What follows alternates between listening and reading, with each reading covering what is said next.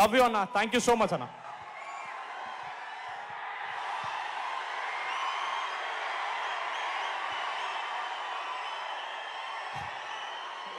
Please అండి, బావగారు ముందు ఫస్ట్ టైం మాడుతున్నాను, చాలా భయంగా ఉంది. ప్లీజ్.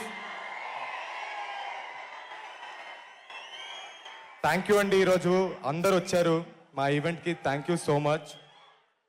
నాకు ఈరోజు జనతా గ్యారేజ్ నుంచి ఒక డైలాగ్ చెప్పాలని ఉందండి.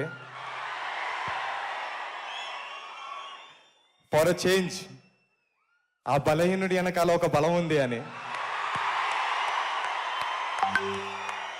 నాకు ఈ మాట ఊరికే చెప్పట్లేదండి. నేను ఇందాక రామ్ చెప్పినట్టు, సంగీత్ చెప్పినట్టు, మేము మ్యాచ్ సినిమా షూటింగ్ అయిపోయిందండి, ప్రమోషన్స్ చేస్తూ ఉన్నాం, కానీ ఎటువంటి బజ్ లేదు మార్కెట్లో.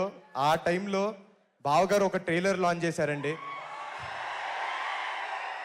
కావాల్సినంత బజ్ వచ్చింది, మా సినిమాకి జనాలు వచ్చారు.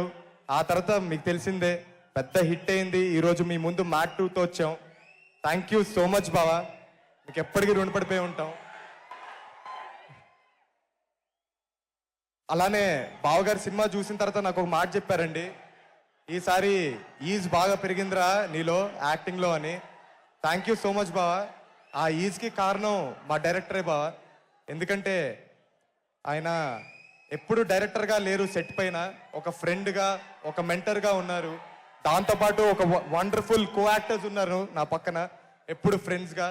విష్ణు మామ కావచ్చు, యాంటోనీ కావచ్చు, కార్తికేయ కావచ్చు, లడ్డు విష్ణువే అండి. సత్యం రాజేష్ గారు, థ్యాంక్ యూ సో మచ్. అలానే సునీల్ గారు చాలా పెద్ద బూస్ట్ అయ్యారు మా సినిమాకి, థ్యాంక్ యూ సో మచ్. అలాగే మాకు ఈ అవకాశం ఇచ్చిన చిన్నబాబు గారికి, వంశన్నకి, అలాగే హారికకి థ్యాంక్ యూ సో మచ్. ఇంకా చాలా సేపు అయింది, మీరు చాలా వెయిట్ చేస్తున్నారు. బావగారు చాలా రోజులైంది మాట్లాడి, మేము ఎక్కువ మాట్లాడకూడదు. థ్యాంక్ యూ సో మచ్ అండి, థ్యాంక్ యూ సో మచ్. ఎప్పటి నుంచో ఒక్కటి చేయాలనుకున్నాను, కుదరలేదు. జై ఎన్టీఆర్.